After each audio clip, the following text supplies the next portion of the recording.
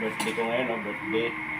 Luto tayo ng pansit. Pasarapin natin. Ito yung ano nito, yung pansit nito. Ito yung pansit.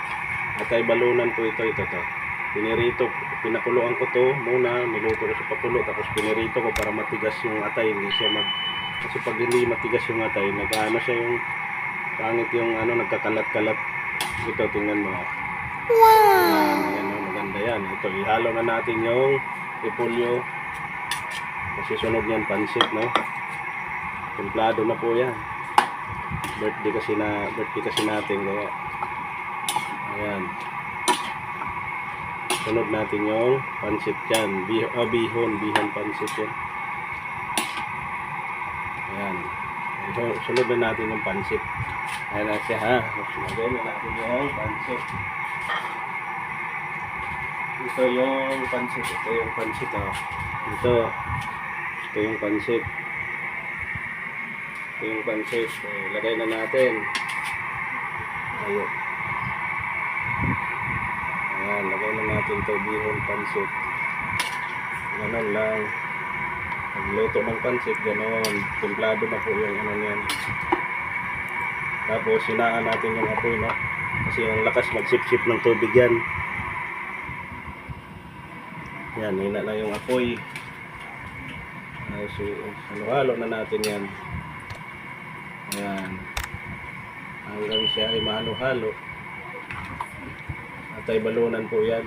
Sarap po yung atay balunan kasi ano, pinakuluan ko yan, niluto. Ayan, ito na po ang ating handa ngayon sa aking sariling birthday. Ayan ang ating handa ngayon. Salamat sa mga sponsor sa pagmamahal sa aking asawa at anak, no. Ayan po, sila po ang nagplano niyan. Kasi ako, sanay ako sa hindi nag-celebrate na birthday, no.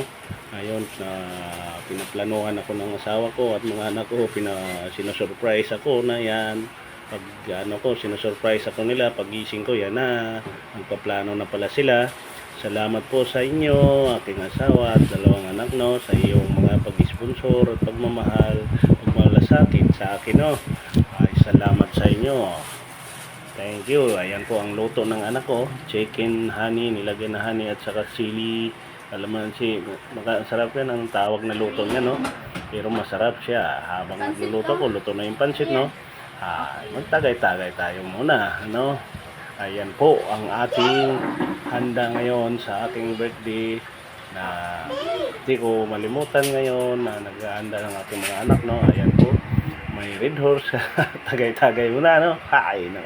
Ayan, pansit, cake, 2 bucket na Jollibee at 4 na bangus na malalaki, no, inihaw natin, no, at saka may 2 family pan na spaghetti. Yan, okay na kasi dito kasi sa Manila ng mga bisita yung mga kalapit mo lang konti lang naman, no. Sobra-sobra na, tama lang to. Salamat po sa iyo, aking asawa. Yan, chicken, sarap po pagkaluto. Marunong na anak ko kasi yan ang kurso niya sa kanyang pag-aaral, no. Thank you.